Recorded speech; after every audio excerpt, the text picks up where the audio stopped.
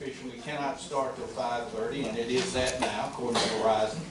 And I'd like to welcome everybody here. We've got a good crowd. We've got a lot of people we're going to recognize later on in the meeting.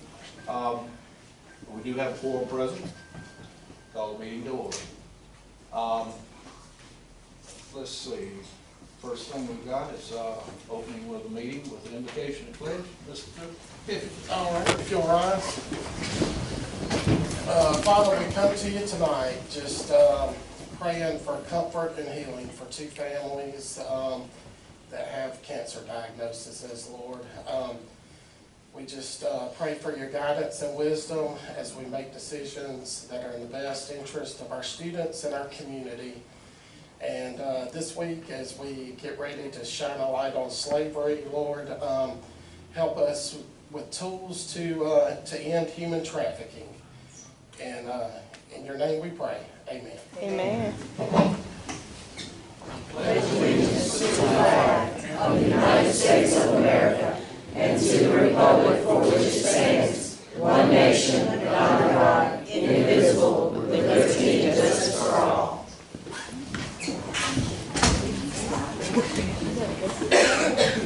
All right, everybody's got the agenda there in front of you. Do I hear a motion that the agenda be approved? Move to approve. Motion by Mr. Hidd, seconded by Dr. Dawson, that the agenda be approved. All in favor of the motion, signify by raising your hand. That's unanimous. All right, next we have an executive session, and we really, our recognitions is probably going to start after this, but we've just discussed our meetings start at 5:30, but we don't really do our recognitions till 6. But we're gonna fix this. I think we hate y'all coming here and having to sit out in the hall or stand out in the hall since there's not that many chairs. But if y'all would please work with us here, we hope to be through, or we will be through as quickly as possible.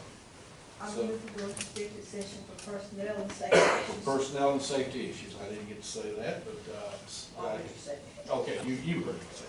Okay, a second. Seconded by Mr. Evans.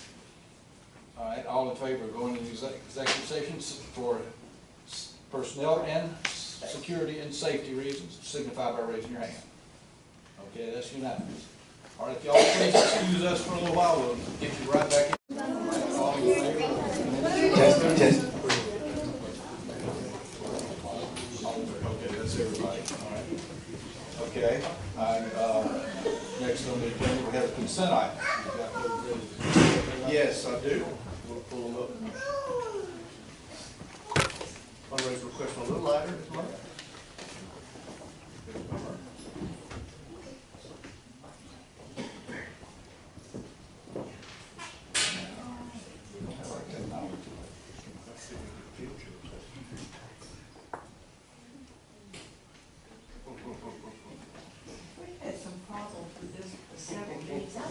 Start printing out these items. This has been a problem for a number of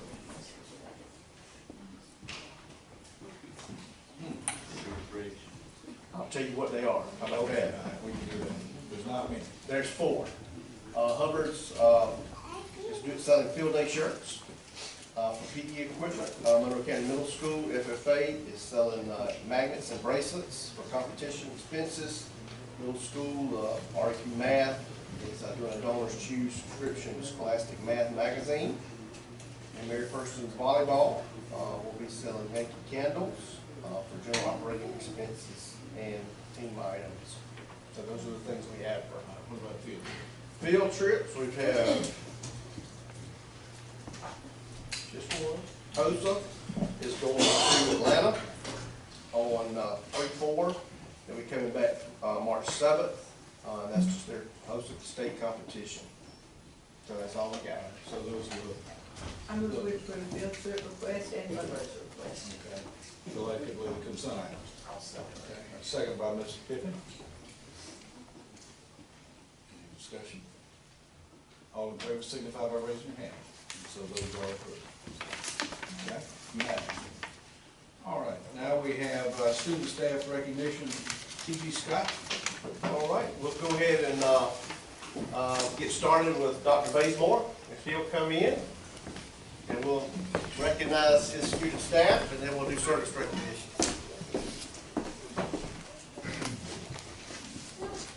Use the service first. Just do your student staff first. Students, okay.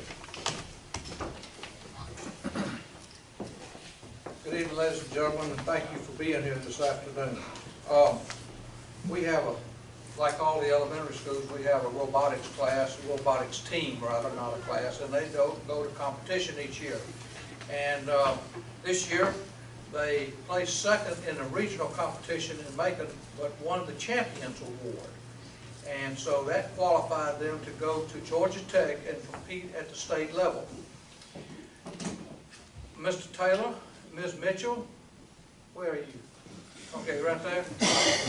You can attest to the fact that the people in North Atlanta take that very seriously, am I right? They told me how prepared those people were and what they brought with them to do their projects and everything. It was quite impressive as to how serious some of these schools get. Pulled up in vans with tow-behind trailers and all kinds of stuff. And it was really impressive for them to see. And it's a good experience for them. Hopefully we'll go back next year and do a little bit better and continue to get better each year. And we have so far since we've been doing this for about 3 years. So at this time, I'd like to call our team members up. The first is Ben Morris. Ben here? Okay. Aronia Fuller. I know she's here. Ariana. Ariana, excuse me. Come on up, Ariana. I know better than that. Congratulations. Yes. Carolyn Good. Sam Mitchell. The very first one. Yeah, two, man. She got 2. Here you go. Oh, okay, sorry about that, I can't count. Here. Tabby Ann Morgan. Congratulations. Sutton Mental. Congratulations. Ridge Lumley. Good job. I love your t-shirts. Samuel Mitchell.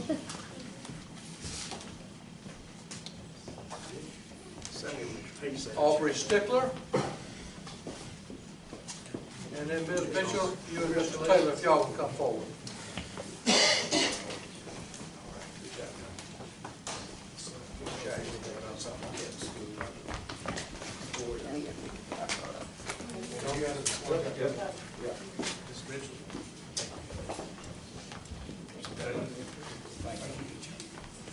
Big hand for these guys.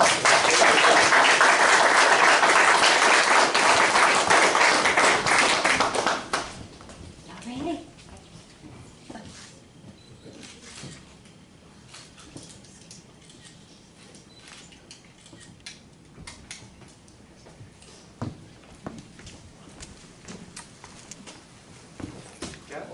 All right. Congratulations.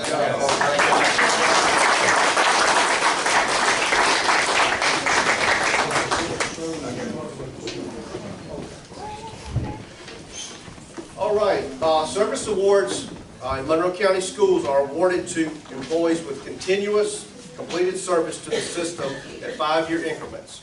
These awards are based on the last hire entered into our school system. The Monroe County Board of Education and Administration appreciates the commitment, dedication, and loyalty of the following employees from Thomas G. Scott Elementary School and later in the program, our school nutrition department.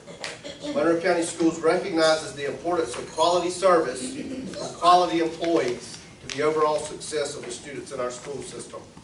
Thanks to each of you for all that you do to ensure that the Monroe County school system continues to be one of the top performing school systems in the state of Georgia. As we call your name, please come up and accept your certificate and pen. We'd ask that you remain up front until all recipients from your school have been recognized and the group photograph taken.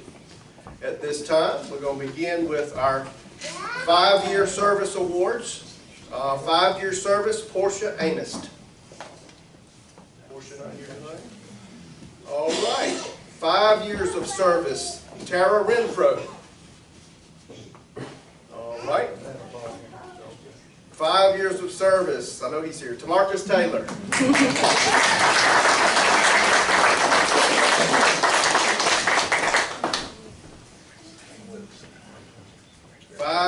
service, Kyle Ward. Okay. 15 years of service, Kathy Dennis.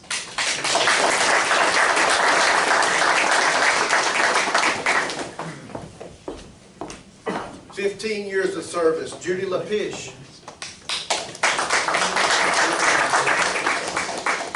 15 years of service, Betsy McClendon.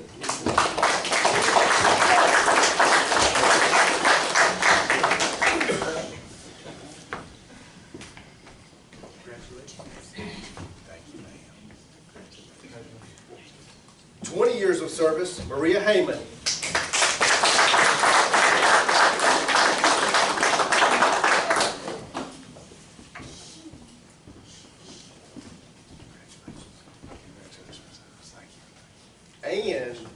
35 years of service, Cassandra Ogletree.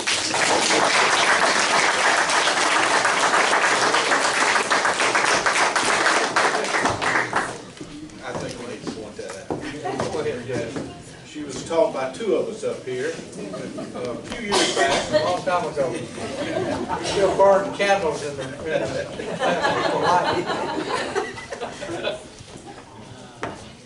Ready? Congratulations.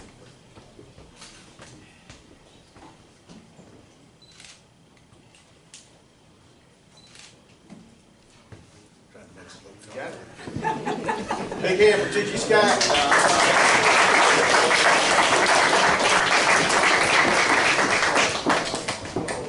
All right, I think that's it. At this time, I'm going to call on Lisa Singley, School Nutrition Director, to come up for school nutrition recognitions.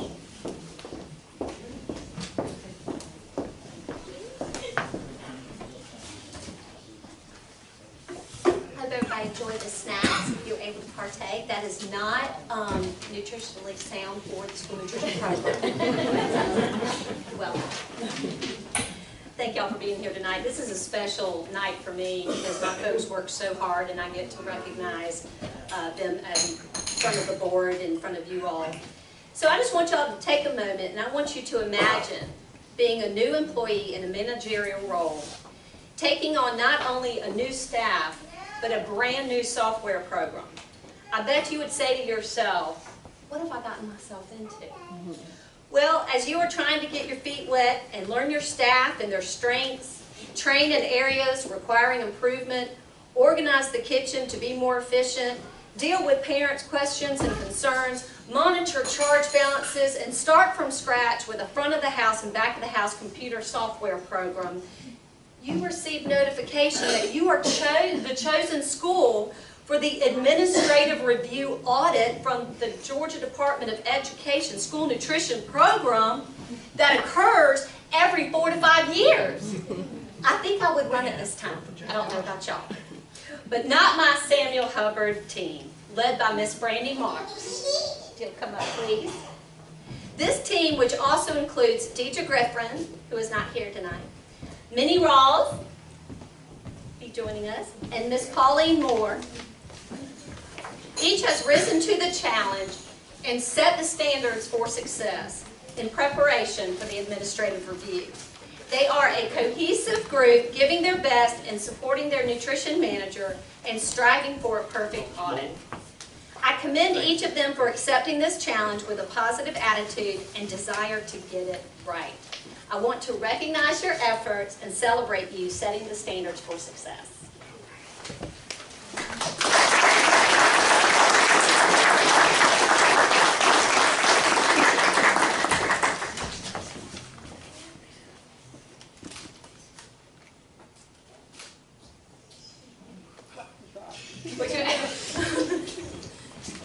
Do I need to be down in front? That's usually what I'm thinking.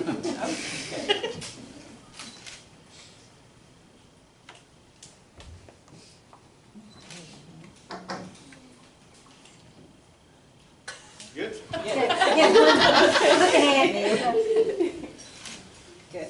Y'all check, make sure you got it right.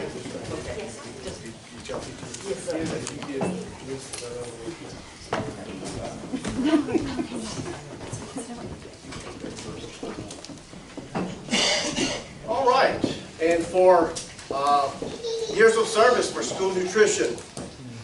With 5 years of service, Pauline Moore. Come back up.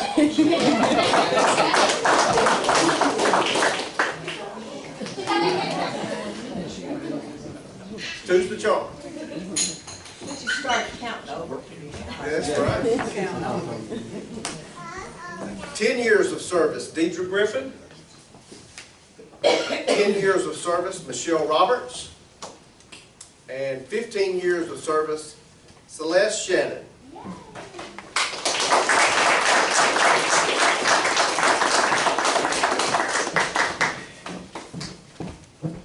How you doing?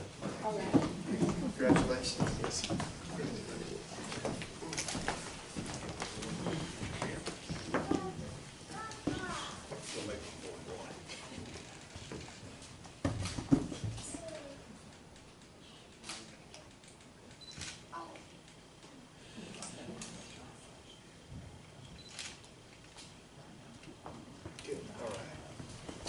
At this time, we'll take about a 10-minute break for everybody to have snacks and visit, and then we'll start the meeting back officially at 6:15.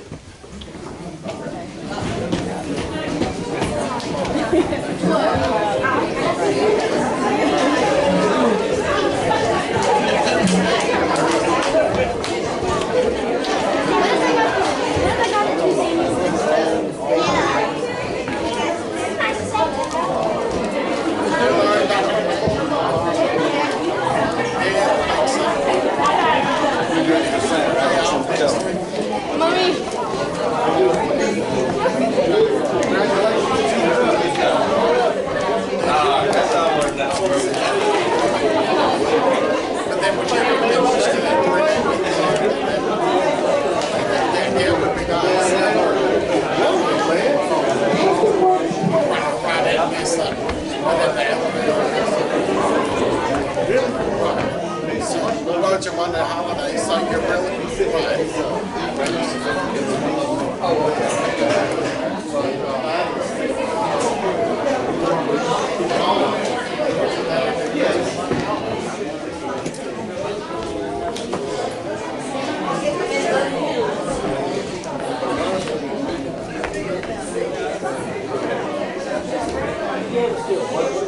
It is.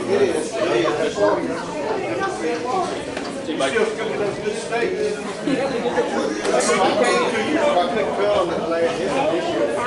I'm good, how are you? How are you? I'm doing well, and you? Valerie. Yes, ma'am, I'm Lakeisha filling in. Yes, ma'am. Where's he even tonight? I don't know what it is. I think she was here. I know I think she maybe was, Judy was in a band. I don't know. That's okay, I just figured there's, I hope there was something good going on. I'm not sure. We'll see what they say. What? Hey, I'm good, how are you doing? Yes, ma'am. Come on, girl. Dr. Mercer. Hey, Theo, how you been? Good to see you. What you doing here? Filling in for my boss, actually. There you go. Normally I'm at home. She gonna give you this from here on, or give this is just I'm gonna pass it back on to her. Yeah, but you came in looking so professional, man. I was like, God, Well, thank you. Huh? I can do it every now and again. yeah, I can pull it off. Yeah. Did you your MAZ or Go home. 24? Tell Brock I said what up. I sure will.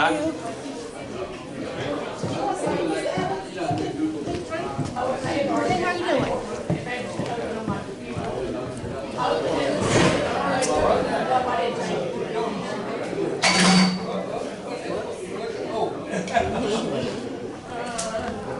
They tore these snacks up tonight. They were almost gone before they eat. That's the first time I've ever seen that. Oh, wow. They must have been some really good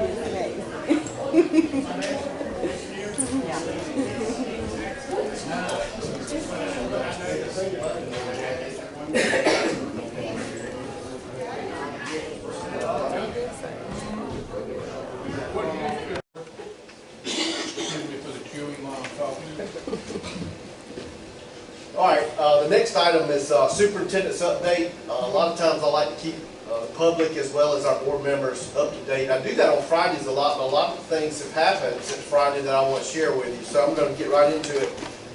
We did have 2 students at the Regional Science and Engineering Fair at Georgia State College and University this past week. Sarah Boyer and Elizabeth Bennett received the following awards for their project, The Effects of Cobalt on Daphnia magna. But they had first place in regional fair. That's the top 30% of the projects.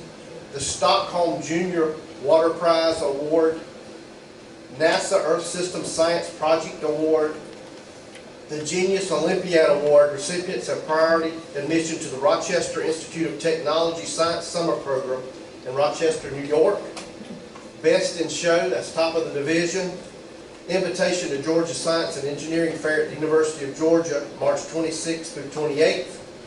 And the big one is invitation to compete in the Regeneron International Science and Engineering Fair in Anaheim, California, May 10th through the 15th. And that's an all expenses paid trip for the kids. So they did a great job. And this is the first time that Mary Persons has actually been represented at the Regional Science Fair in quite some time, and we're incredibly proud of those 2 students. There were 198 projects at the fair this year, and we are so happy that their hard work and brilliance was recognized. Congratulations as well to their teacher and sponsor, Lauren Griffin. So she put all this together, and she did a great job with the kids. MPHS FFA Forestry team won the state championship and will compete in the national competition in the fall in Indianapolis. Congratulations to students Draven Bennett, Jason McGurk, Caitlin Shields, and Jason Cox. Congratulations as well to ag teachers Ryan Smith and Bill Walter. So they have done that again. We're proud of the FFA. MPHS Jazz Band Valentine's Concert will take place on Thursday, February 13th, 2020 at 6:30 in the auditorium here at board office. 18 of Monroe County band students represented the system at the annual Georgia Music Educators Association, GMEA, District 11 Honor Band event in Milledgeville this past weekend. Congratulations to these students on performing and showing their dedication through stellar performances. Because of the increased interest in our middle school robotics program, Monroe County Middle School will host 2 robotics teams next year. The additional program will allow students to participate in this popular extracurricular activity. Typically we have 10 on the team, and we probably have 30 to 40 kids apply and want to be on those teams. And one of the things that we have to do is to make sure we've got enough equipment for the kids. So we're trying to grow it. So we're adding another team, more computers, got to do a new track. But they're ready because of the interest is there, and we're providing that as a system. So we're glad to be able to do that. And just congratulations again to our 1920 Spelling Bee champion, Javier Locus, and runner-up William Little. These students, if y'all were there, they put on quite the show. The last 3 of them, I think it was 40 words to try to decide a winner when it got down to the final 3. And it was Javier's 4th time in a row. So he is... I think he finishes up in the 8th grade, so I think this may have been his last year. So I think the other kids are probably glad it's his last year.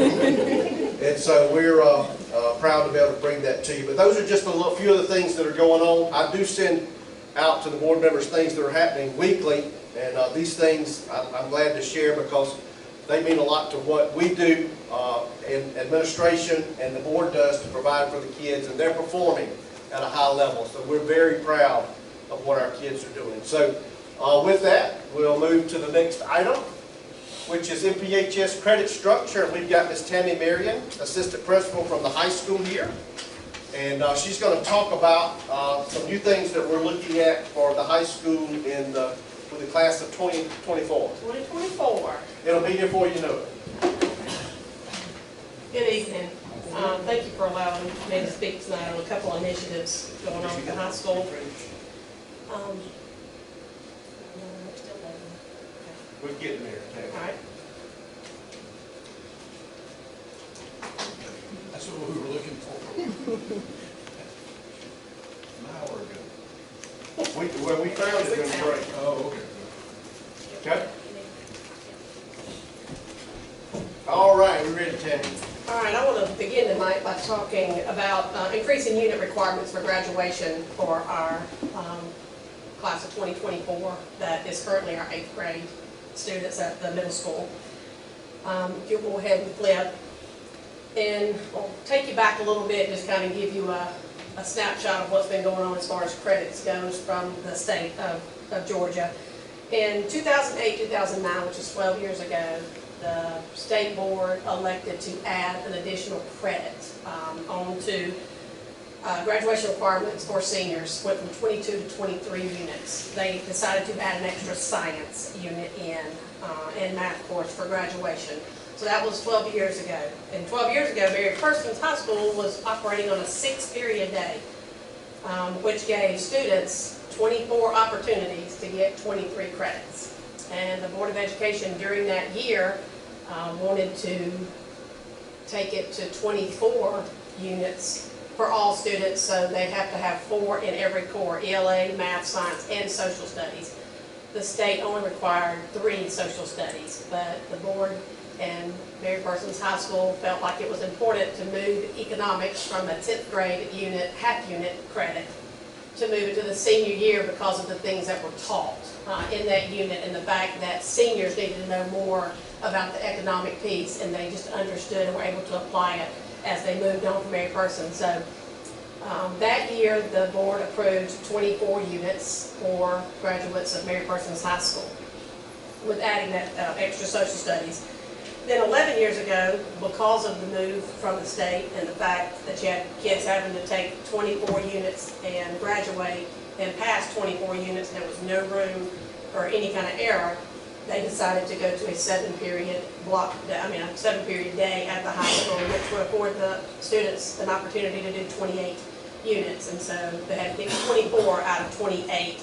And we all know that that kind of helps our graduation rate, because you're going to have some students that just can't succeed in some courses as well as others. And so it took a little bit of the pressure off of them to be able to do the things they love to do, and also still have that opportunity to explore some other avenues, and only had to have the 24 to graduate.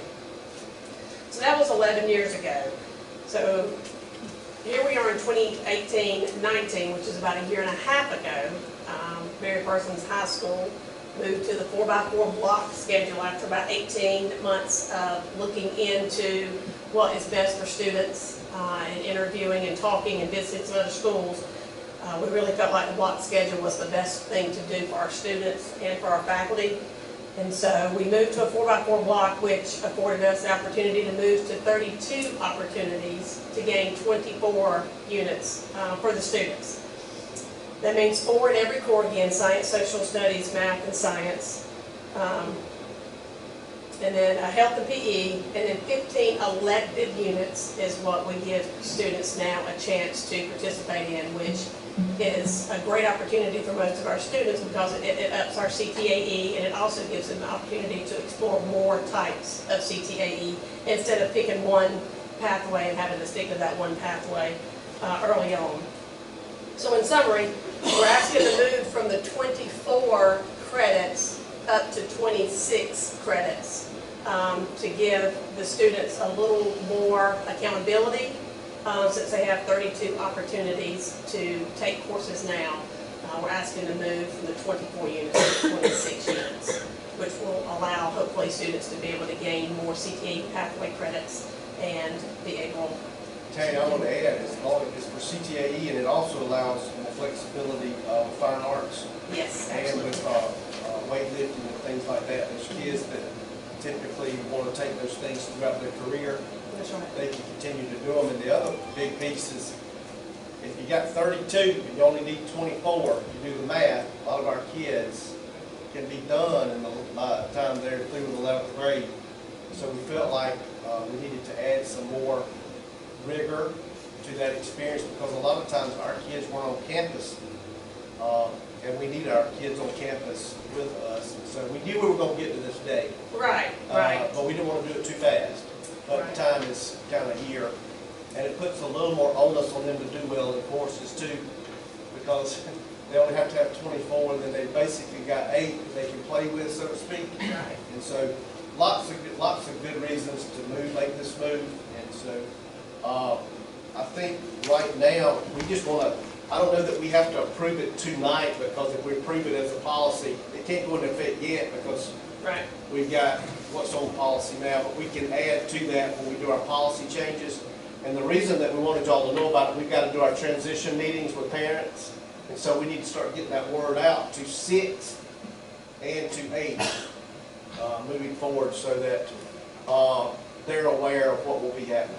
All right, I have heard nothing about foreign language on any of these documents. It is not required to graduate from the state of Georgia. So Yes, it's- what, are we trying to build any encouragement for students to take foreign languages? Are we trying to expand our offerings? We absolutely are. You know, Ms. Calhoun went last year and updated her AP certification for AP Spanish.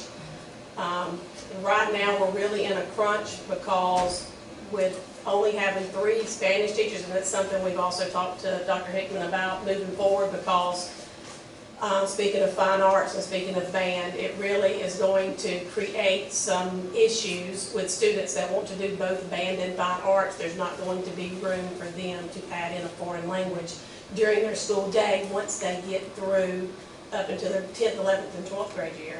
So we would love to move a 9th grade Spanish teacher down to just 9th grade, or an additional Spanish teacher moving forward, for these students to be able to go ahead, because that seems to be the year they have the most elective power as far as in their schedule, but they're very limited in elective power because the upperclassmen get worse choice at those electives. So that we seem to think that would be the best place to stick a foreign language is in the 9th grade, and us being on block schedule, it will allow them to do Spanish 1 and Spanish 2 in the same year and get that behind them.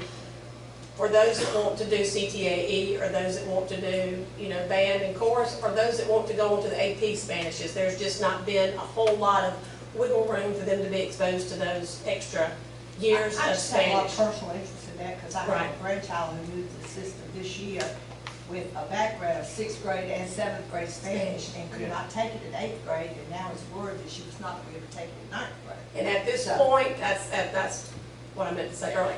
At this I can- point, we are so I'll help you. full. Well, I'll help you here. The problem is, if y'all remember, we had, at one point, we had offered Spanish in middle school. Right. And the problem is, we just can't find the people The to teach teachers it. to teach Right. We do have some online opportunities through Georgia Virtual and through Edgenuity, but we a lot of times don't want to teach the higher level courses without face-to-face. I just Yeah. didn't want it Yeah. to kind of fade into the background No, and not be thought about. No, it's something important. Our kids love it, but honestly, those are the ones, if you remember, that's one of the areas that we offer the stipend, the extra $3,000. And still can't get teachers. We can't find them. We went through 8 at one time trying to find for a couple of years ago. Right. When we found, when Katie came along. Right. That's where But the 3 we had, and this year we were able to offer 2 Spanish 3 courses, which was phenomenal for our students. They were actually pretty packed. But there's years we can't, because if we've got students that are trying to get those year 1 and year 2 Spanish in order to go to college, and they're filling those slots up. And so it's true that they may not be at the 9th grade able to take that class because there's no room for them, because it's full of 11th and 12th, and a couple of 10th that might be able to fit it into their schedule as well. So looking forward and moving through the block schedule as new opportunities arise, that's one of the things we've definitely talked about, is possibility of having a 9th Just grade don't lose sight Spanish of it. teacher. So, and again, we'd love to move At the one time, we AP. had a French teacher. A French teacher, yeah. We did, we did. It's just hard to find. If anybody's got children out there and they want to go into a study field, a foreign language would be great. Absolutely. In education, anywhere, business. Absolutely. We post it every year and can't find good help in that. Yes, and area. if y'all hear of anybody that wants to teach Spanish, send them my way, we'll be glad to entertain If and you talk did to them teach about it. Spanish at the 9th grade, that would be, since it's not required by the state, that would be an elective. Well, it's not required by the state, but it is required to go into a 4-year college. And so it has to count, it always counts as an elective, a foreign language elective, but it's just whether it would count. They take it So because it they would be just want to mandatory take for it. a student to take it, is what I'm getting at. It would not be mandatory, no, it would be what we consider. Do you think going to this higher credits is there any adverse effects on the dual enrollment and CTAE program? You don't see any adverse effects on it? No. Most schools that have moved a block have eventually grandfathered and moved their requirements up as the students roll through. That's something we wanted to really get in and see what block was gonna be like before we even started discussing that. So there's other block schools that are requiring 30 out of 32 credits. There's some offering 28 out of 32. So 26 I don't think is gonna change anything other than trying to encourage some students to take some additional courses on our campus. Is that gonna and be involved. increasing the English language or any more mathematics? It's Is that just gonna- electives. Just Yeah, electives? So we're hoping to get more kids in our, like college, when the college career path. But we do have academic electives that we've added since block, and we've not, in the past, have not been able to afford a lot of those in the master schedule, but we've added them in social studies, science, math, and ELA. So like they may take a mythology or a psychology, and those are considered academic electives and not just Okay. an elective. It's based on the course number. So in other words, we're just trying to keep them here a little longer in the school instead of having, And Well, if not, hopefully they're on get them college involved. campus and Right. Dual enrollment looks like it's gonna be starting. Yeah, and it's gonna, I think we're gonna nail that down. I think it's they a got cost. out now, it's just 10th, 11th, and 12th, and they've got a cap on it, and so that'll help us some too, but we've been needing to do this. We knew when we started it, we just didn't wanna start with too many. We Right. wanted to gradually move to it, and to grow the electives so that we had enough elective power to handle the units. Right. So, and we're in a place now with fine arts, with CTAE pathways and teachers, and higher level academics that we can handle the 26. And we think our kids can handle it too. So we're pretty confident with that. It's just, I think it's time to do that with our kids. you see any issues with the work release program? No, because they get elective credit for, CTAE elective credit for that as well, so it should not affect that either. They can do it even more. Right, and so by the end of their junior year, if they take 8 courses, they pass all 8 courses, they've got 24 credits, so that only leaves them 2 additional really that they need in order to graduate in their senior year. They've still got a lot of room. Right, and it just opens up opportunities to take additional courses where if you want to be a Spanish, if you want to explore that avenue and go with the Spanish 3, Spanish 4, that does not mean you have to give up elective power in a CTAE course or an ag or business area in order to do it. Or you find the students that are just not doing, or not, on their senior year, just not taking any electives? This was our first year experiencing that a little bit, and we've got a couple things in place, champ programs in place, so the seniors that qualify, certain criteria can come to school after first or leave after third. Other than dual enrollment being off course, but we have the 10th grade students and current 11th grade that are gonna be seniors next year. During their registration, they were starting to ask a few of those questions. Well, do I have to be here all day? Do I have to come to school? Can I take just one course? And that's one thing we do not want to get in the business of is necessarily making students feel like we're done with you.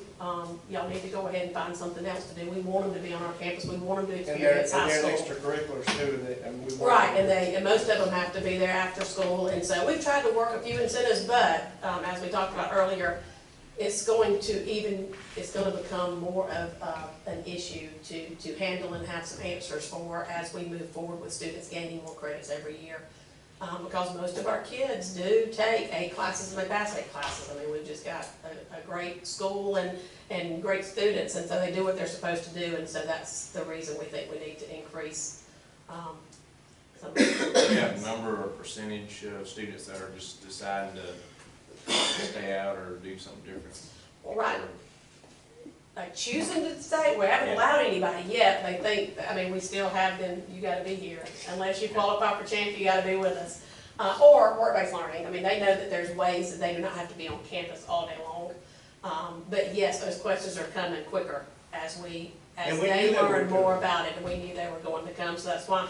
And what I'm gonna go into next is kind of going to probably raise even more questions that you've been asking, because just trying to anticipate, yes, it is a great thing. Trying to anticipate what's coming is what kind of led to all of this discussion with the middle school and high school. about what we want to do a little differently, maybe with the class of 24. And listen, now, and just so you know, we brainstormed as adults. Absolutely. And Tammy, all of us were in there, and then we actually brainstormed with some high school kids too. We did. So we vetted it through them just to get their feelings on it, about what the things we're talking about. So, that we're really excited about this next little piece. Right, and we talked to the student focus group. We also talked to our parent impact group about some of these possibilities. Again, just trying to brainstorm what it may look like, and this is not a final document by any means of what we want, because even as we talk more, there's a lot of what ifs that come about, or students will say, or what ifs, and, or, you know, what if we do this and don't do this, and what if this happens and this doesn't happen. So there's still a lot of conversation going on, but this is just an effort that we've been looking at, or part of the effort, with student leadership and community involvement. That's our biggest thing, is we feel like students, it's kind of twofold. First of all, they need to give back to their community. They need to be involved in community service. And secondly, they need to be competitive with these colleges. We've got a lot of kids going to D1 schools. We've got a lot of kids getting in where they want to get. But it's not necessarily because of what we're doing as a school to support them. They're usually going out and grabbing some more opportunities because of who they know and who they are. And we feel like those opportunities need to come from us. Those opportunities need to be fleshed through the high school as far as the community service. We have clubs that students are involved in, and that's part of their requirements, is to get community service hours and to build that resume for college. But we have been wanting to add a leadership piece into that for a couple of years now, and we've looked at a couple of different programs, and Chick-fil-A seems to be the best program. We've talked to people that use the Chick-fil-A leadership program. It also is funded by Chick-fil-A, so it helps us without not having to purchase a program or any kind of literature in order to implement that program. And this will allow us to hopefully get something like that in place to start teaching those leadership qualities earlier on, and really encouraging these students to get involved in their community, give back, build that resume, and how all of it should, that high school experience, whether it be sports, fine arts, community service, it's all encompassing in just having that high school experience. We want our students to want to be an MP. We want them to be there. We want them to experience. And the thing we're hopefully doing, if you could read this thing that we put up, is the kids that actually start getting high school credits early, if they get 1 or 2 credits, at middle school, they'll be eligible to enter this will be a special type program. And we've got a couple of years before they'll get there to kind of hone it down. But what we want to do is be able to offer, Dr. Finch had mentioned they would get a particular type stole at graduation if they go through the leadership program, and a different type actual diploma maybe that they're issued, the seal that they get.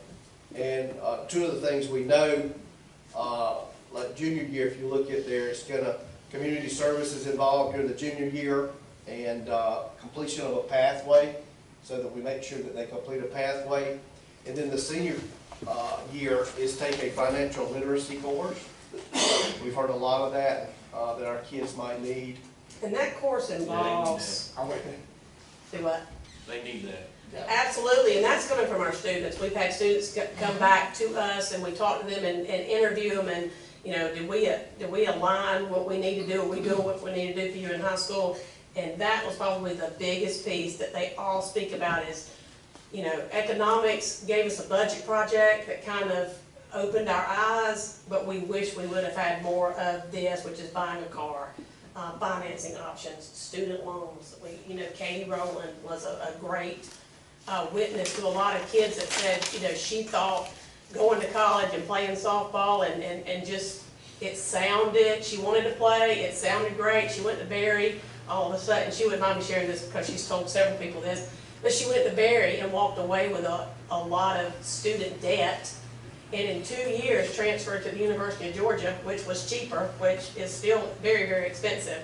But she finished out at UGA, and she said, had I known then the importance of being able to finance my college affordably, instead of now I graduated, I got a UGA degree, I'm very proud to be a Bulldog, but I sure don't like making this monthly payment every month to pay all this back. And so she's just encouraging some of these students, don't feel like you've got to go to one of these flagship schools or one of the big schools. Start out small.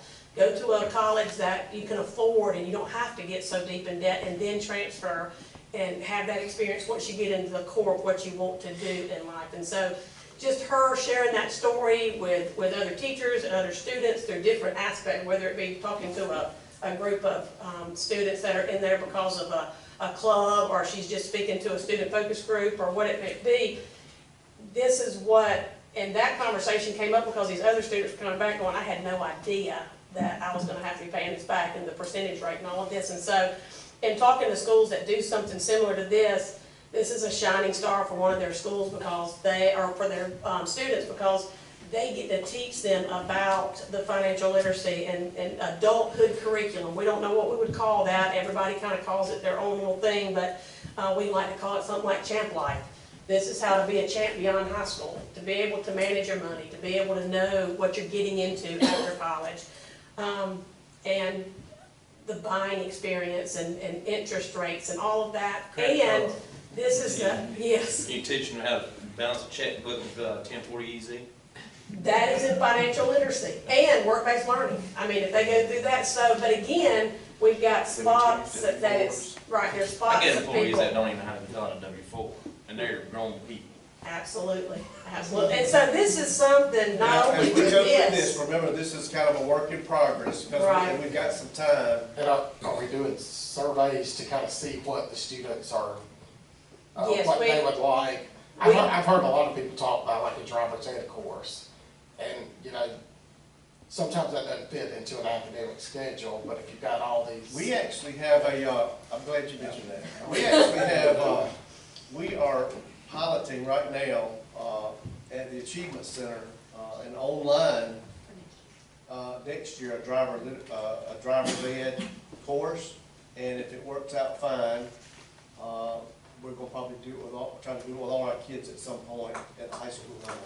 You can, once you finish that course, they give you a certificate, you take it, when you do your test, and it helps you along that process. It's a new class, Joshua's Law. Joshua's Law. Yeah. So, yes, we're gonna try to do that too. Joshua's Law thing is mandatory for them to get their license anyway. Yeah. Right, Yes. right. And so they have to do it on their own, or go through one of those We can take it certified through the courses. course here. or- Yeah, and get Yes, so we are planning to do that as well. So just a lot of good things. I think the flexibility will be good, and we just wanted to kind of put that out there. I don't know that we need to approve it as because we'll bring that back to you when we do the handbooks and stuff like that. But we wanted you to understand what was happening, because we've got to get the information out to kids and parents. And we really want to, again, create that environment where we keep these leaders on campus with us during the That's senior right. year, so we have these underclassmen seeing this as, you know, them being their models. And we don't need some of our best kids, you know, graduating and wanting to leave campus early because they can. We want to make it meaningful. I get that they don't want to take another PE class maybe, or they don't want to take another elective class, but if we've got something like this, I just feel like that would be more of a draw Makes them a better, to us to be able to well-rounded prepare student. them, right, for the next steps. And, you know, the student focus group was all about, so that means we're gonna get to do that this year, we're gonna get. They wanted to do it this year. We said, we better better wait, because So they were really excited about, Yeah. again, those are just options, you know, about the champ stole or the emblem on the diploma, but it's just, we've gotta start thinking about ways now that we've gone to block, and with dual enrollment making its changes, they're gonna bring some of our kids back on campus, because if they limit them to 30 hours, then they're gonna be coming back to us, and we're glad, we got our fingers crossed. But again, something like this to support those upperclassmen, and again, to support the community. and it makes our kids better. I mean, it Right. gives them more skills and Right. more And opportunities, I so just think it's a I win-win. think it's just a win-win. Scroll that down a little bit, back up, you had the champs course, right there. Mhm. She's one of the forwards, fifth math. Yeah, they'll already have a math, because most of the time our kids that are in that, when they take a middle school course, they're gonna take a math for credit in 8th grade. So they'll take that math as. Okay, that's I. So they would finish their fourth math in the junior year, and that's what we're requiring. And so we would require them to take an additional math or science. So you require them to take additional math and science? Right, If fifth they year. want that stolen. Yes, They want okay. stuff. Okay, so it's not gonna be mandatory. Right. But you still gotta get 26, whether it's electives or. Correct, correct, Okay. yes. All right. Yes. That's what I was getting 26 for everyone. This is yes. just raising the rigor on the kids that have already got credits coming, and they're our most talented kids and giving them opportunities to do. So I'm not overly enthused about going to 2026, to tell you the truth at all. But when if you're gonna make math and science, if you're gonna add it and make it mandatory, then I'd say absolutely not. But if you're not, then I'd be more open to it, so. No, and it really, again, to think back, we're not adding anything to the students' requirements per se, because they're already getting the credits anyway. We're really just putting them in place so there's some accountability there, so they know that they've got to, now that they've been given more opportunities for classes, we want them to know They there's need to some have, accountability there honestly, just the too. numbers by the numbers, they need to have opportunities to have, ability to take courses here as a senior and not be done. That's. That's They right. don't And it feel even- like they're wasting their time. Right, I mean, Right. that's just not. Right, they're just there taking, and we've had some say, so you mean I'm just gonna have to come to school just to be taking a Yeah. course, and that's a teacher's worst nightmare, is to have somebody in their class that knows they really don't have to be there. But also, with dual enrollment, it has been a two-edged sword. It's had some great things that it's done for students, but it really has burned some students too. When they go and they do not do well in college, and it goes on their college transcript and their high school transcript. This will hopefully allow them a little flexibility in their junior year. If they are taking a class on a campus, they wouldn't have to take necessarily 4 classes in one semester. They could possibly take 3 their junior year and give them some flexibility, because they're still gonna get their 26 And hours. it'll because help they've our got AP additional program too. senior. I think it could help our AP That's program right. there for their year. That's right. So, and it also could give us some flexibility in possibly putting in some study time for some of those kids that are taking so many upper level dual enrollment AP courses, and, because they're, So the Our 26 would be athletes that are something taking we those would know, tonight. but this sheet that's up here, please know we're working on that. We just wanted to Yes. show y'all some I ideas, think you're in the right direction. because we got till they're actually a junior started. that's right, So, it's class of but 2024. I think this is the right thing to do. We just gotta get it, and we probably have to, work on it. And I'm Right. sure we'll try to get it better along, but I think it's the right thing to do. We don't want our kids to be done as juniors. I mean, I just don't feel like that's right. It's just something about that, that's it. Well, and they don't need to get too relaxed their senior year. They need to, junior year's tough, it is the toughest. But their senior year, they don't need to get too relaxed, because if they're going to college, it's gonna slap them in the face, and they're going to be paying for it at that time. So we're just trying to keep the rigor in there, again, not trying to push them too hard and increase too much on them, but just the fact of the rigor and the accountability. We actually, when we started, we kind of mentioned that when we did it, but we didn't want to do it right off because we've never done it before. Right. So, Even now, can't they, if they wanted to take more AP courses and whatnot, and go to 26 or more, they could do that now, can't they? Yes, we've got some students this year that'll graduate with 32, 34, If that's all they dual enrollment and stayed everything. the whole Yeah. time, they're They'd gonna get get 32 anyway, right, if they went full 8 How many students you have doing that? doing. Getting 30 or 32 credits? We have about 120 involved in dual enrollment, and this year with Hutchings added on, that's another 26, so anywhere around 120. They're not necessarily 32, they're going to graduate a lot more than 24. Yeah. Anywhere from 28 to 32, 35. Just because they have gone above and beyond and taken classes either in the summertime or 25, above 30% and beyond. students. Probably 20%. Now, students that have more than 24 credits, I'd probably say 80%. And when we have, there will be very few this year that will graduate with just 24 credits. Okay. The majority of them have many more than that, 24 plus, or 25 plus. All right, well, thank you, All Tammy. right, well, thank y'all. Appreciate it. Appreciate you We'll be taking the back, probably with this again when we do the, handbook adjustments. Okay. But we wanted to get this out to you ahead of time. Thank you. Thank you, Tammy. All right, personnel action. All right, we've presented some personnel actions on the blue sheet. We would recommend approval of all of those. All right, good recommendation from Christina. Ms. Davis. Ms. Debbie, make a motion. Second. And seconded by Dr. Dawson. Any discussion? Being none, all in favor signify by raising your hand, and that is unanimous. All right, financial report.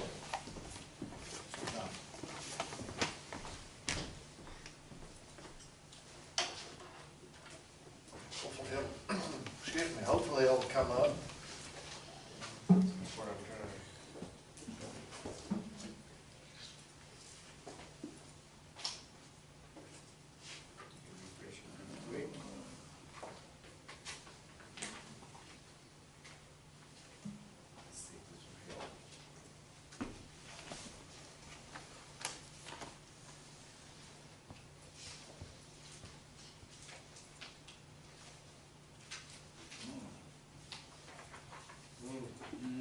It's not working.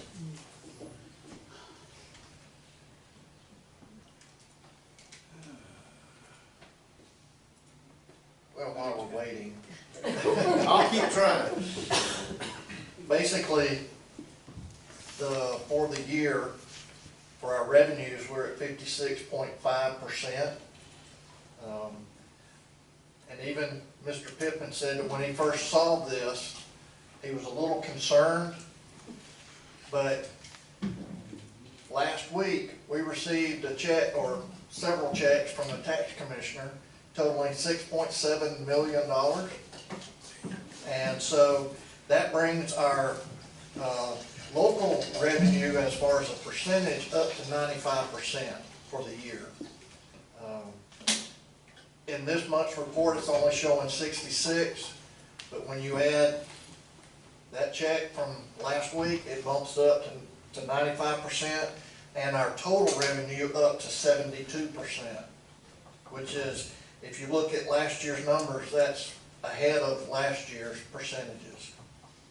Our expenses are right where they need to be, nothing real unusual going on.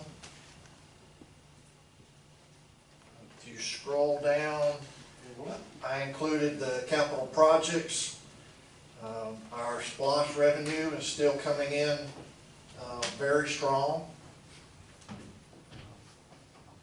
You see the expenses there for capital project. Majority of that has been either Mary Persons renovations or the work out at Bank Stevens, all the traffic and paving and that kind of thing.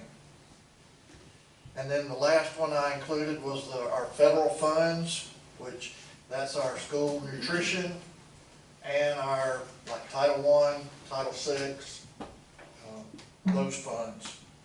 And they are, most of those are on a reimbursement basis, so we spend the money one month and they pay us back the next month.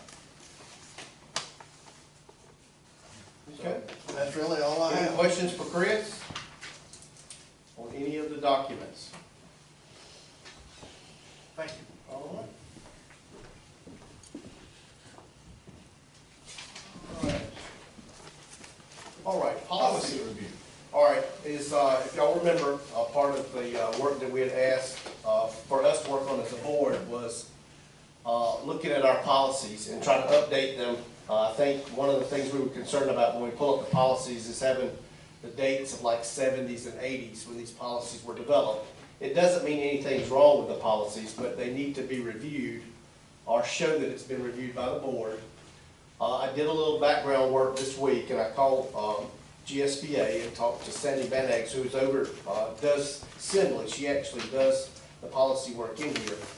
And they've actually, because other boards are doing this same type work, and they've actually put a function in there, and we don't have to put it up, you know, as long as we look at it. Typically what I plan to do is I'll bring like 3 of these to you, and then give you a month to look at them.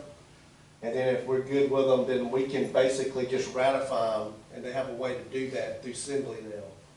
So you don't have to make any changes if you don't need to change the date, so that it doesn't look like we've got a retro date of 70s. We got some 70s. If you look at some of these that we're looking at this week, I'm just going to open, if I can open one up here. There we go. There you go. All right, just for instance, this was a 1997, and this is board officer method of election. And typically, we've actually already talked about this. Remember, this went back to when we were talking about board pay, and we talked about that. And remember, we had to go, because of our charter that was done in 1993, we would have had to go back to the state legislature to get some of this changed. So basically, this one particular one is like it is because the charter itself speaks to that. So there's really nothing as we bring these. If there's something that's a miss, I'll let you know. We're just basically going through these 3 at a time, and I'm going to bring them each week, each month, and then that'll give you a month as board members to look over them. And if there's anything that we need to discuss that doesn't seem right to you, then you can bring it back up. Other than that, we will ratify it, which will then give us the date that we do it, when we ratify it, to change that date in assembly. And it'll change that date, for instance, like if this 1/21/97, instead of saying 1/21/97, once we ratify it, then it'll have next month's board meeting on it, which looks more current. And it's part of our work, is updating the board's policies, which is part of our work. Would the status change? I mean, after all, that's only 23 years old, like. Would it go to ratified or reviewed or something? It'll have, it's just basically says reviews, what it shows when I do it.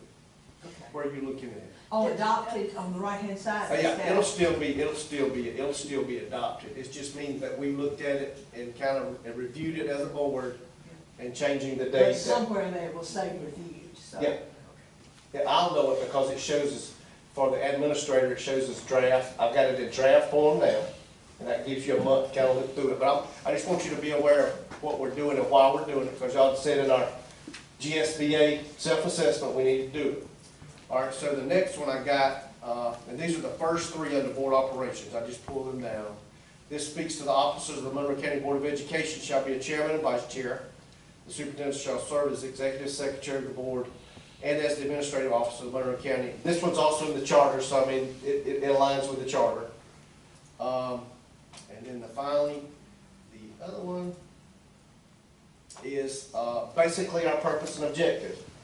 And it says the education of children is one of the most important responsibilities of society. It is the general responsibility of the community and the specific responsibility of the Monroe County Board of Education to provide at least the minimum physical facilities, equipment, staff, and services necessary to support an educational program which will operate effectively and provide educational opportunities that will enable each child to develop commensurate with his or her abilities. So it all this still works, and that was in the charter as well. So y'all look over those. We'll have a month for you to review. If you got any questions, then we'll ratify and say that we reviewed it at the next meeting, and then we'll go forward. We're going to go in assembly and see, and look these up, or you email them out? They right there on the, if you look on the agenda, I mean, if you just pull up the agenda, Okay. the public can see them. All right. So, the fact that we're not changing it, we don't necessarily have to put it up for so-called review, because we haven't changed anything. We're just looking at it, and we don't have to do that. So everybody can access it and look at it. Does that sound okay? And we'll just kind of go down through there, and if something comes up and you want to look at a specific policy, we can do that. I'm just trying to go down, trying to do it. Did all, cleaned up all the dates. But review for us, review for us again, if that policy has an R at the end of it, it means it's the regulation. Yes, the regulation, I'm sorry. Yeah, this, a policy, and then there's a regulation that goes with some of them.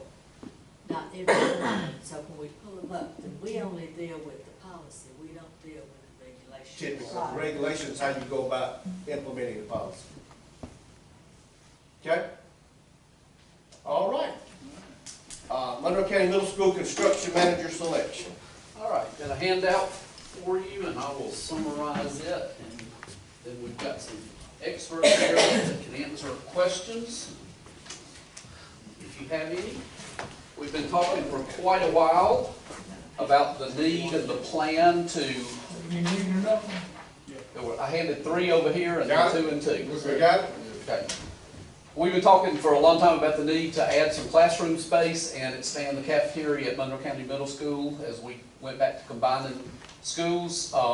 We advertised per state regulations starting at the end of December, ran all the way through mid-January, legal advertisement and online advertising, seeking a construction manager who would oversee this project. And I put the definition of a construction management delivery model or method at the top.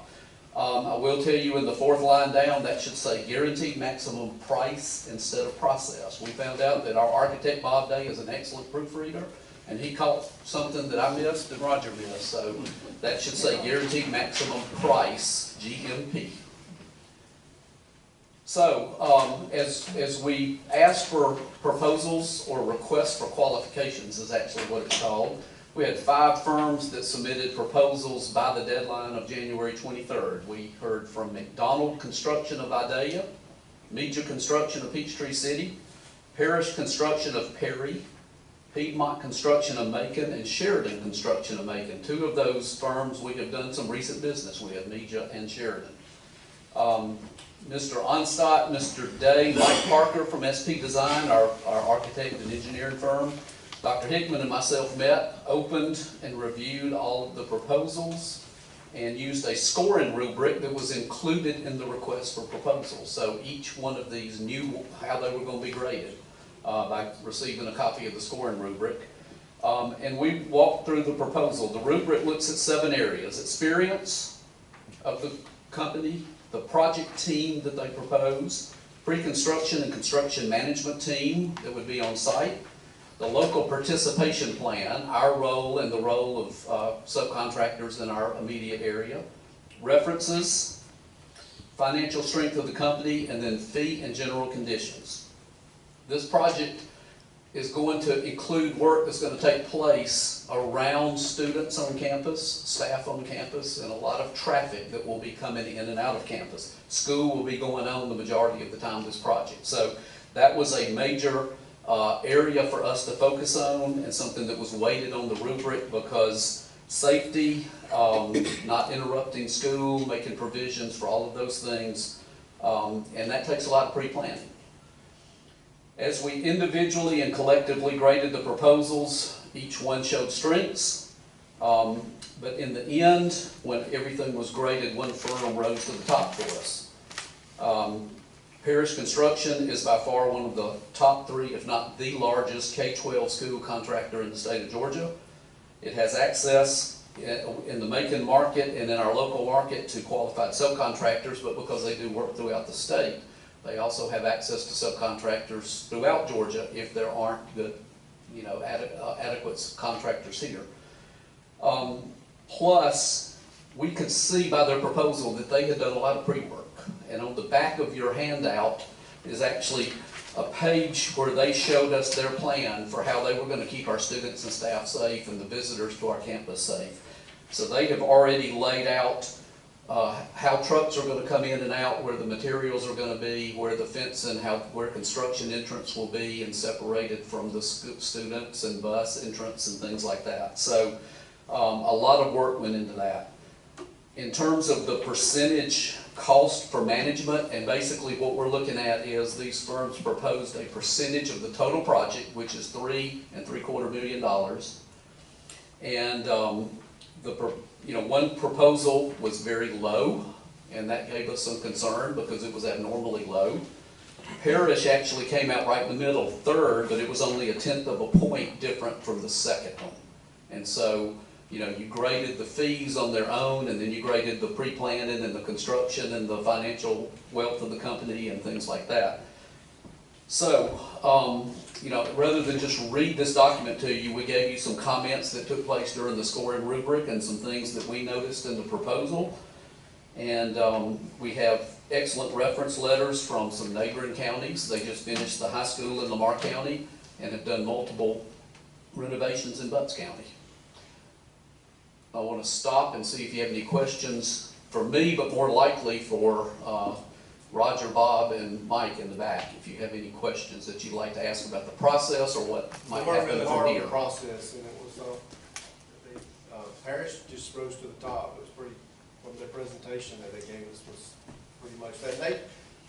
They fit with this work, just like kind of Sheridan fit here with this redo that we did at the board office. And so the rubric it was pretty clear cut. You think I've left out Roger or Bob or Mike? I'm impressed that they included the site safety plan, because that's so Well, that important was, to us. and you should see when they did what they gave us, it was very site Well, specific. things Yeah, I'm reading on here. That's why we did that, all of the proposals like that. That's. I mean, they did their homework and you could tell it. Here's a site map showing, you know, construction flow, construction entrance, construction exit, surplus materials, where the trailer will be. I mean, all of that has been predetermined before they ever knew they might have the possibility of getting the jobs. So if there aren't any questions, the administration would recommend that we secure Parish Construction as our construction manager for the middle school addition project. I'll make a motion that we approve Parish Construction as our construction manager for the school project. Motion by Dr. Dawson. Discussion. I'll second. Second by, okay, second by Ms. Bender. All right, discussion. I haven't seen a plan on any of this or any details on the project at all. Do we have that? Do we have the concept? Do we have? Absolutely. I We've think seen the meeting. we have brought them before the board at some point. I would have to look through notes to tell you exactly when. But What do you need, what question do you have? When they gonna build The it? concept of how the addition goes together, I mean, who decided on the concept? Basically, we knew where we were getting. We have classroom 14 classrooms that I know this has come up, that 4 labs, 10 regular classrooms, the 3 additions to the wings. they were basically planned when Bank Stevens were constructed, the addition of wings on each of those 3 wings. So everybody's seen this concept except me? No, we had, what are you talking about, the classroom to the end, when we planned the middle school to start with years ago, pre-1977, that was in the plan. And then the additions, I know we've had it shown on the screen when Roger did presentations, we've shown all the parts of it. You remember, because we did the 2, they showed it coming out, the wing that comes out toward Thornton Road, we had that we showed. You the drawing. described some stuff to me, I think. Oh, we gave the drawing, I think. I think they've been in the paper, too. It was in the Monroe County report too, I think. Where we discussed the traffic flow issues and Right. whatnot, all of that was. Remember, Yeah, we it was all incorporated into that. I mean, that's the reason. The traffic was phase 1, and then this is phase Do you 2 need a- of the addition. Do we need a, we can, I can generate whatever, I mean, that's, whatever. Because there was one wing that we couldn't go out directly out like the rest because it was a slope. Yeah. And that's been discussed within the Those last are your 3 additions. 5 or 6 and that's months, the I'm guessing, Cafeteria. about Here on that side plan, so. that particular, maybe, you know, my date may be wrong. Basically, we got 4 classrooms on each, and 2 of the 3 wings has a lab. So,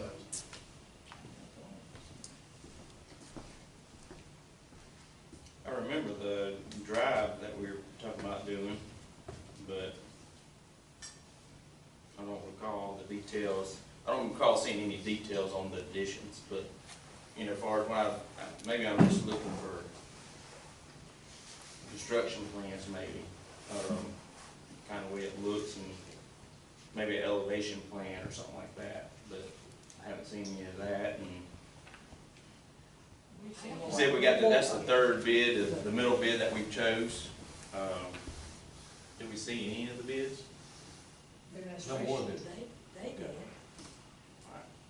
I think that's something that we should be looking at. it's really not a bid process. Under this, you're hiring based on qualifications rather than price, someone who is going to manage this.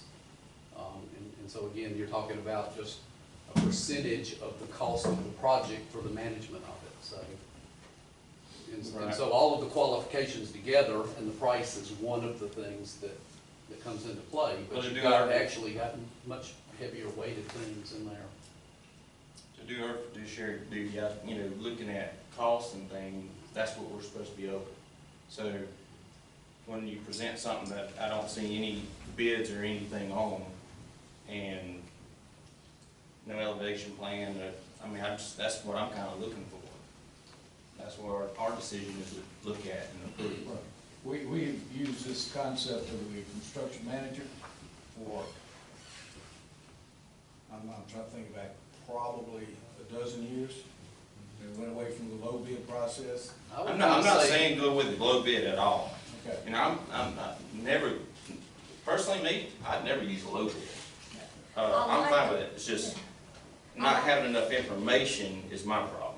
and you're asking us to But approve I X think- amount of but I dollars. think I'm just gonna say as superintendent, part of what my job is to put together a package and use a process that everybody uses in the state of Georgia to bring that forward to the board for approval. I don't think that the board is charged with actually choosing you can check, and if there are questions, we can do those, but I didn't know that the budget, the board sets the budget, but they don't do the individual recommendations as it relates to projects and things that we do. Maybe I'm missing something.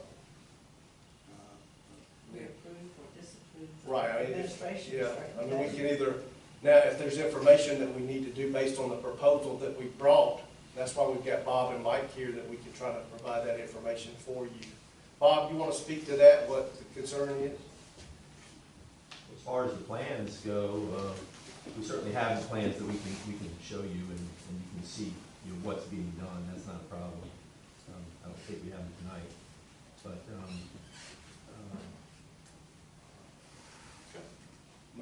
if we need to, that's fine. If we just haven't done, we've got the plans, and if we want to, if the board chooses wants to move the vote, then that's up to the board. I mean, we've got the plans And then this RFQ process and the grading process is sort of built into the state law that allows for construction management versus, a build bid.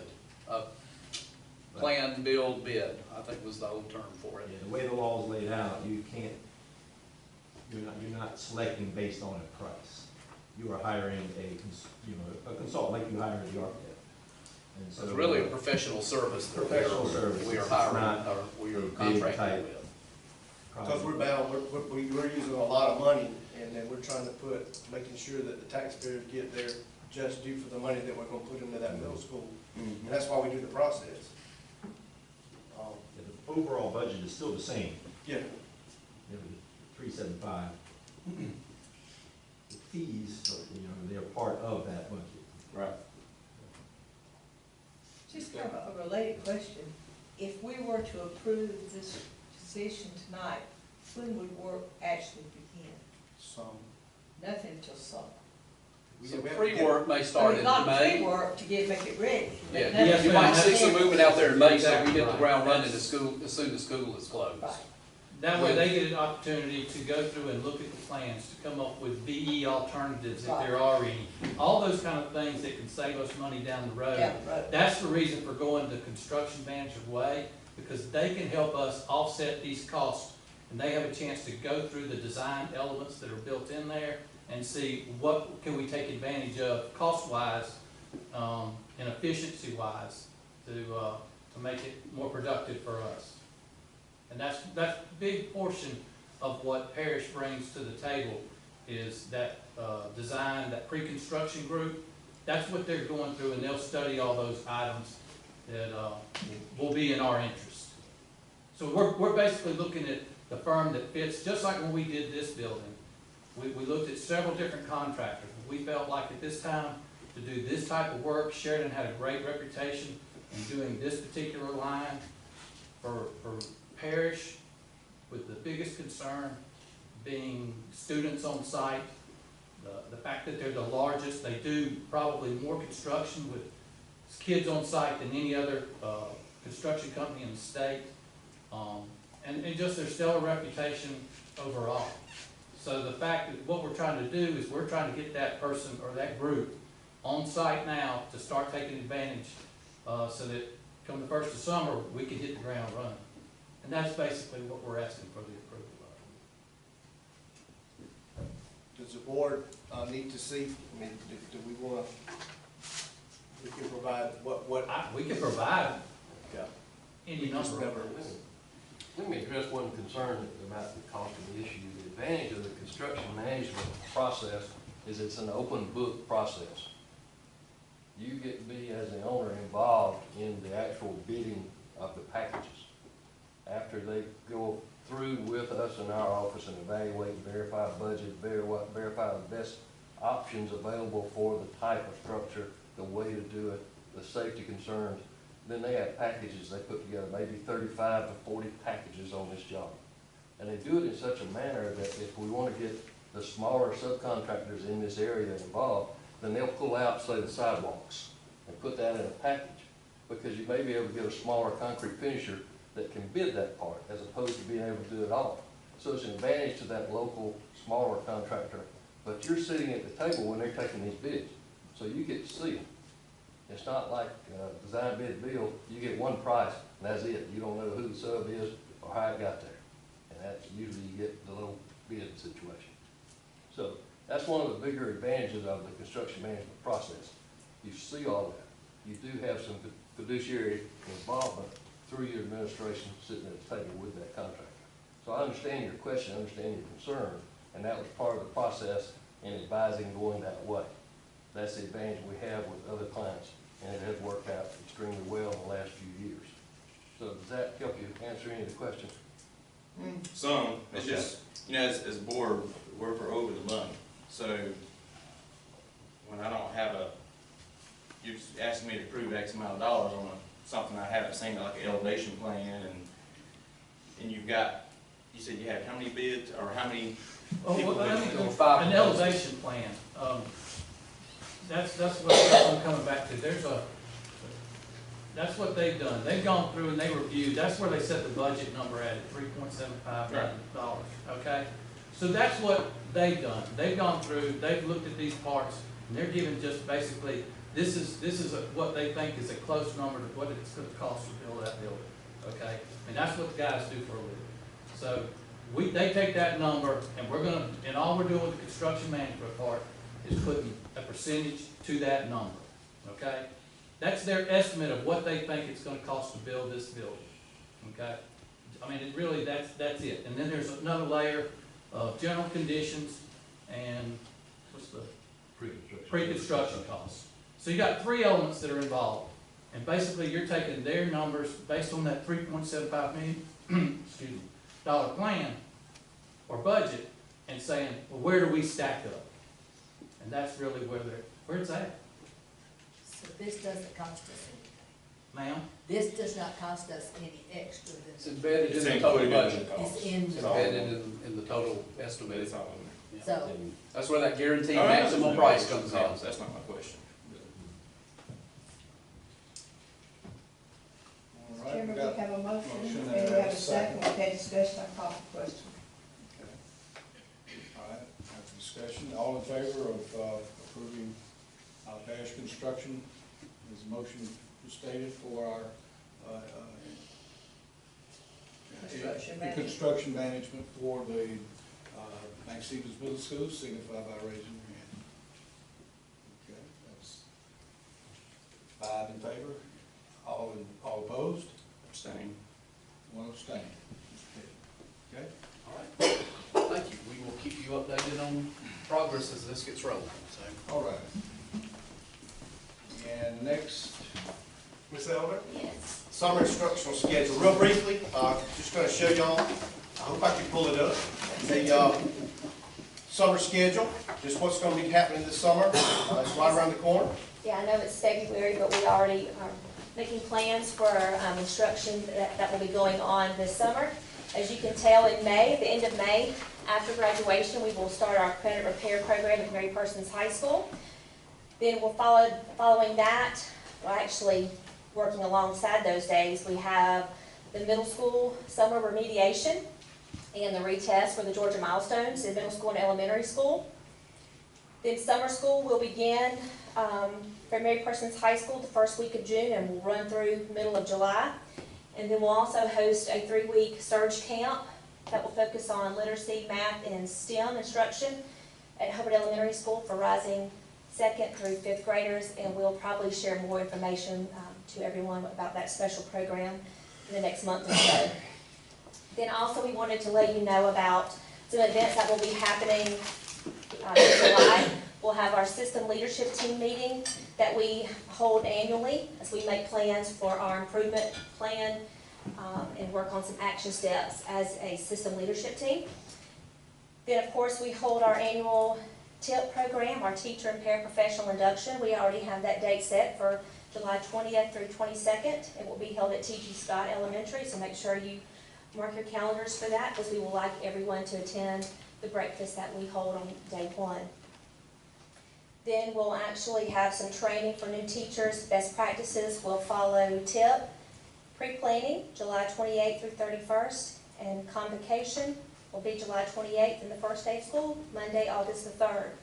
So just a quick glimpse of what will be happening this summer. A lot happens. Yes, so we stay very busy. Just keep this calendar near. All right, and SO4, professional learning. Just I wanted Alicia to go over our professional learning that we do in-house, just so y'all are aware as board members. As I've talked to y'all before, I think a lot of what we do and the success that we're seeing from our students has to do with the training that we do with our staff. And so we just kind of wanted to give an overview of the things that we do as a system, and this doesn't speak to the site-based. This is just system initiatives. We just wanted y'all to be able to know what's going on.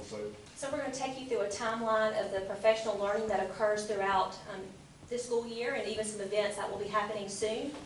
But just a general overview about our professional learning program here. We believe that student achievement can be maximized by having well-trained teachers, administrators, and support staff in place throughout the school system. We want all personnel to be challenged to expand their repertoire of instructional, leadership, and organizational strategies, and that we believe that a strong professional learning program achieves a balance between system-led initiatives and school-based initiatives. So, as I mentioned a few minutes ago, we host our new teacher and paraprofessional induction program, and we held that this past July. It's 3 days of training for new staff. We are actually the facilitators for TIP, and during that program, we focus on acclimating our new staff to our culture, our expectations, and our common instructional practices. Then 2 days following TIP, we involve our new teachers, our instructional staff in training, which is also facilitated by our school leaders, our assistant principals, and our instructional coaches. And we focus on standards-based classroom practices, from differentiated instruction to rigor and relevance, flexible grouping, all of those things that we look for in a standards-based classroom. So that's a whole week of learning going on for those new teachers. That's why they're so tired of you. They're so tired before day one, but we feel it's very important that they understand our expectations in Monroe County, whether they're beginning teachers or they've come to us from another system.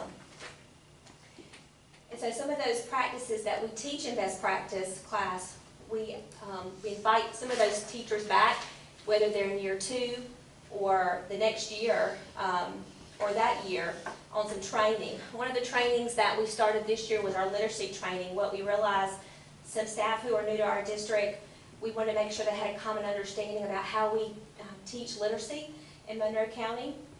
So we actually did 3 days of training. We spread out the days of training, and then we focused on some classroom observations, and we provided feedback to those teachers to give them some strengths and areas of weakness that we wanted them to improve upon. So as their administrators went into their classrooms, they can help support their growth too with how to teach literacy. Okay. Then we also held a Stop the Bleed training for our transportation department. So not only do we focus on instruction, but also safety. And we intersperse safety training throughout the year too. And basically through Stop the Bleed training, it's facilitated by local safety officials, and we teach the fundamentals of how to recognize and intervene upon severe bleeding. So 2 years ago, we trained all of our staff members. We wanted to make sure that all of our transportation staff were also trained in the Stop the Bleed training. And that did include putting Stop the Bleed kits on every school bus that were provided to us by the district. Also, I know everyone's very aware of our Readers to Leaders volunteer training. We'll have our 4th training coming up March the 6th. Basically, it's an hour-and-a-half of training. We can train our community volunteers. We facilitate that training, and also our parent and family engagement specialists are involved. And we focus on literacy, statistics, strategies for reading to children, and protocols for volunteering. We cover all of those concepts during the hour-and-a-half that we work with those volunteers. We also conduct annual school reviews. We will be doing our last review in a few days Monroe County Middle School. So basically, we do 1 day of classroom observations in each school. We facilitate that training, so we have our teaching staff, we have paraprofessionals, we have district and regional leaders that come in and evaluate schools and give recommendations and accommodations based on classroom environments that are conducive to learning. So we use a scoring rubric whenever we go into the classrooms to ensure everyone is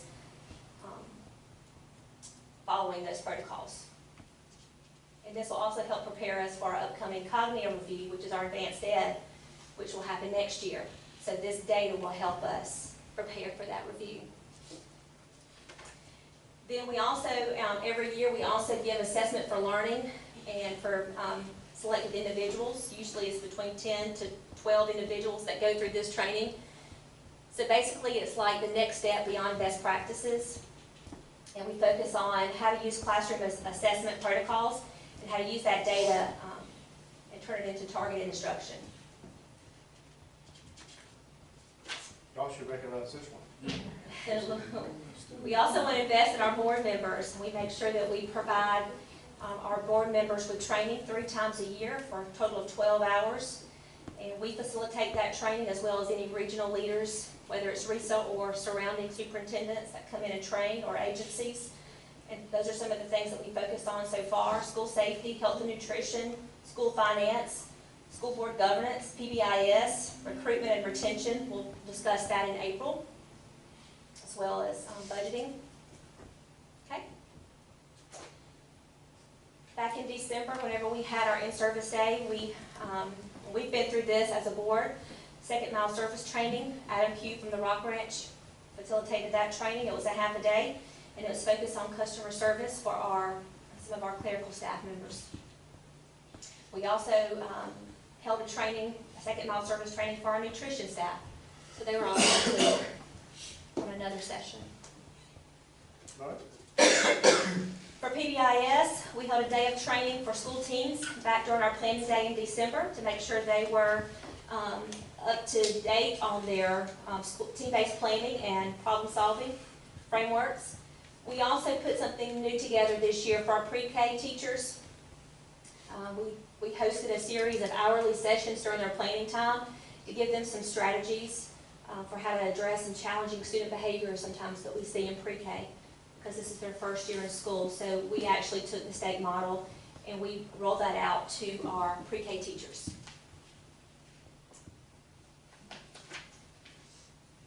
In January and May, so twice a year, we actually lead system-wide curriculum revisions.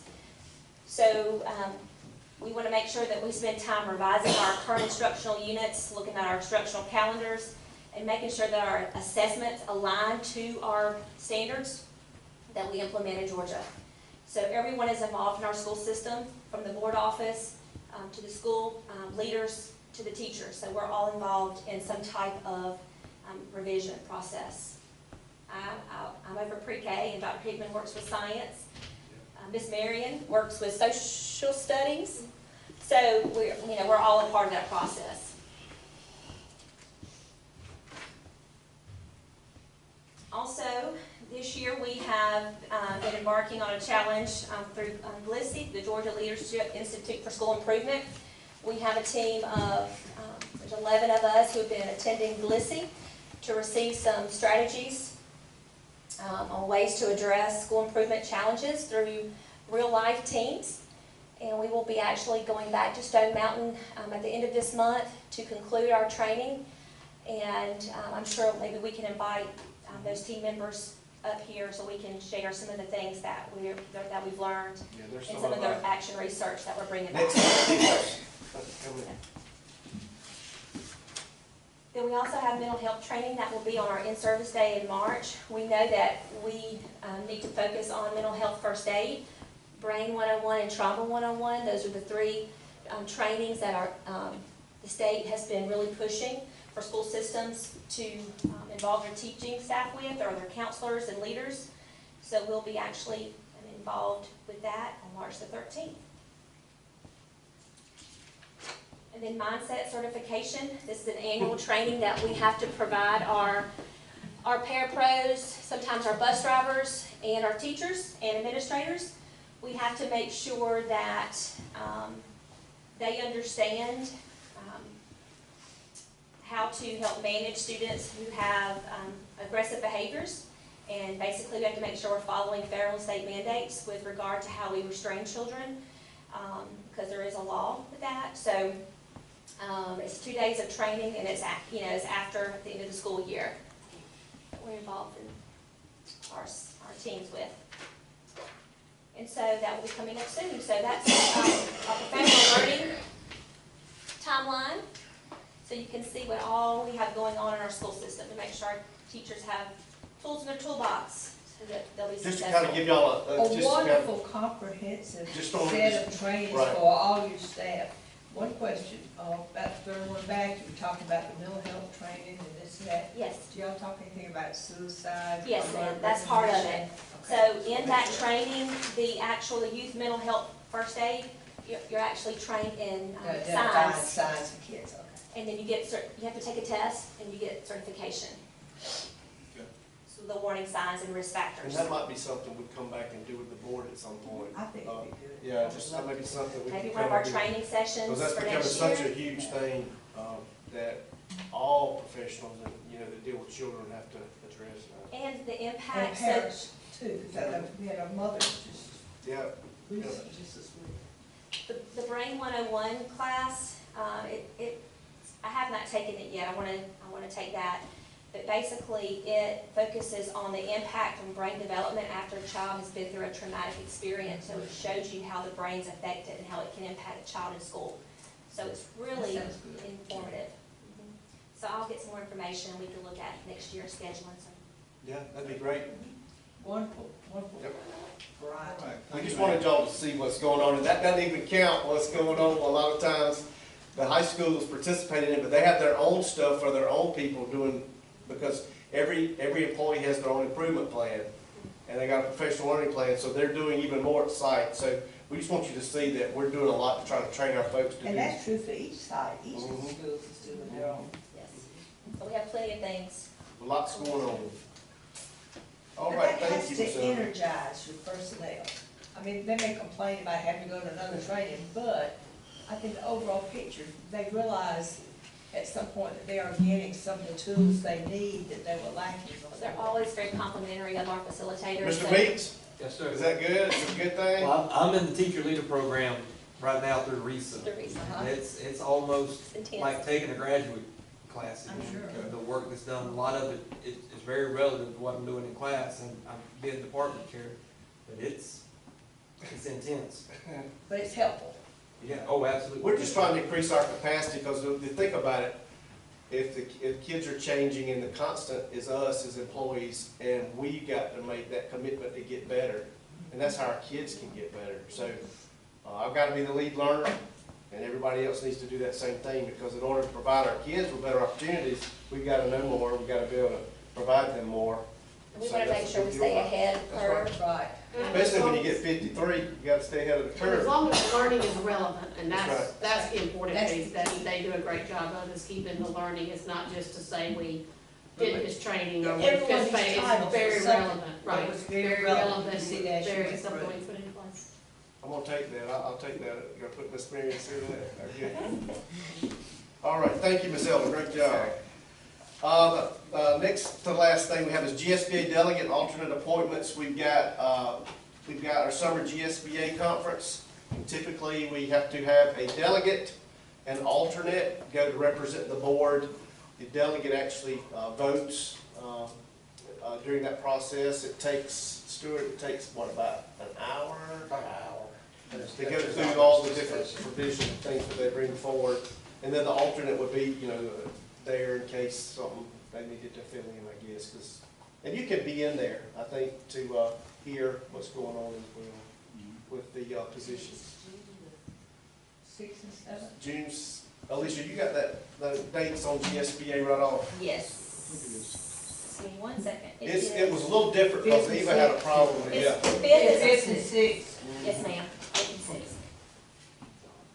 So, I kind of opened up to some volunteers. You know, man, or No, Savannah. it's- Well, I'll volunteer to one or the other, either the delegate or the alternate, whatever's needed, because I'm planning to go. All right. Anybody else, wanna help? I plan to go, so I mean, I'll do whatever. Do you Y'all want can decide between you and the next. I have to send a name. So what do y'all gotta decide?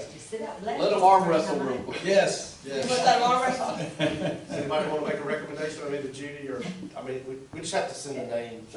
Put in. Because they'll send you the Put in information. Priscilla's name and let me be the arm. Yeah, because if you can't make it, you She'll can't. make I like how Judy did Send that. it. That was pretty smooth. That was. Yeah. Okay. Are you good, Dr. Dawson? I agree. I'm late at 3 o'clock. It's 5 o'clock. Do what? Late at 3 o'clock, so like 5 Oh, o'clock. okay, gotcha. What is the deadline for registering? I'm not. We've got, I think it's, like March. So we gotta move on before they, you know how it always works out. And you will reach. It's terrible because it's at the Hyatt. Okay, well, you got two. Well, you know that- people right now. You know it's gonna be filled up. I'm most likely to Just understand that if y'all do the Hyatt, it's gonna fill up fast, and we'll try to do, because they, and it's just sometimes hard. Remember last year, we stayed at the, one down on the end, But it not the wasn't bad. Marriott, It wasn't that bad of all.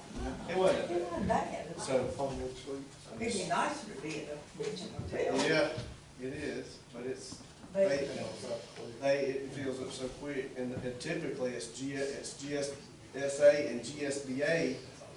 A lot of these groups are filling up those, rooms. That's why a lot of times we Is don't it get. 10 area online for those 2 days?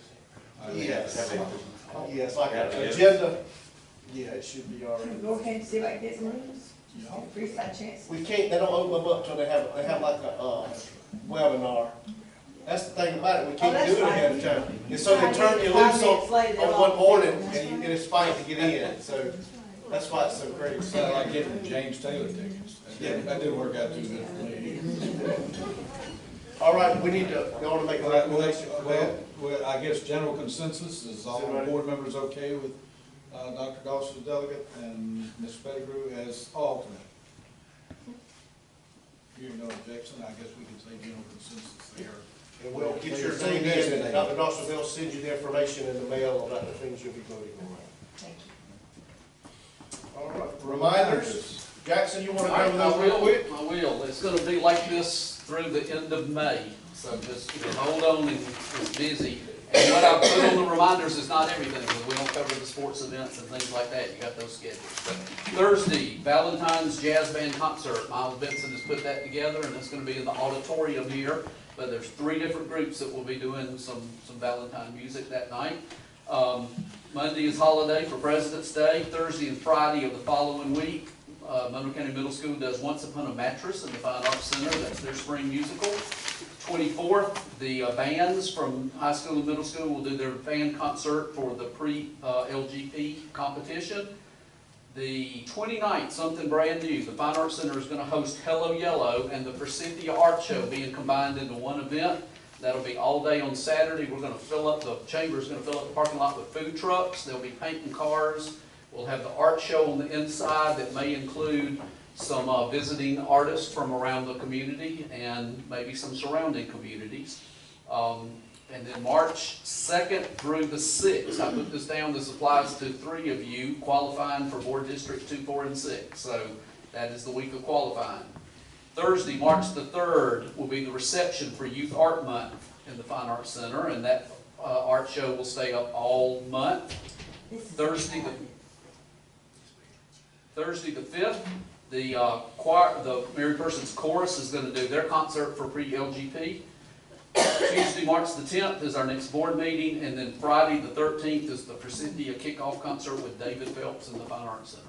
So a lot of advertising going on about that right now. March is Board Recognition Month, so Okay. looking forward to our March 10th meeting. So Are you gonna offer the season tickets? Patrick is working hard on that. We worked on that yesterday and again today, and hopefully we'll have that announcement. He's had a couple of things on his list that have been elusive, and he's trying to pin those artists down. So we should have 3, maybe 4 in a series this next year, and that will be coming out soon. How about the David Phelps, is it, lots of, We sold a lot before we ever started advertising, and we now have ads out in cooperation with Mr. Phelps. So those have sold briskly, yes. Okay. All right. I think we do that spot. I have a comment Okay? that I'd like to make. And when we were talking about the safety issue with the middle school, the construction going on, I had the opportunity to take a granddaughter to the Sweetheart Dance at Monroe Middle School. What could have been an extremely chaotic event with the sheriff's department told me between 500 and 600 automobiles coming in to drop off kids at 6 o'clock and coming back to pick them up at 9 o'clock was superbly organized. Yes, there were lines, but there was a traffic flow, there was traffic pattern, there was wonderful cooperation between school personnel, the sheriff's office personnel.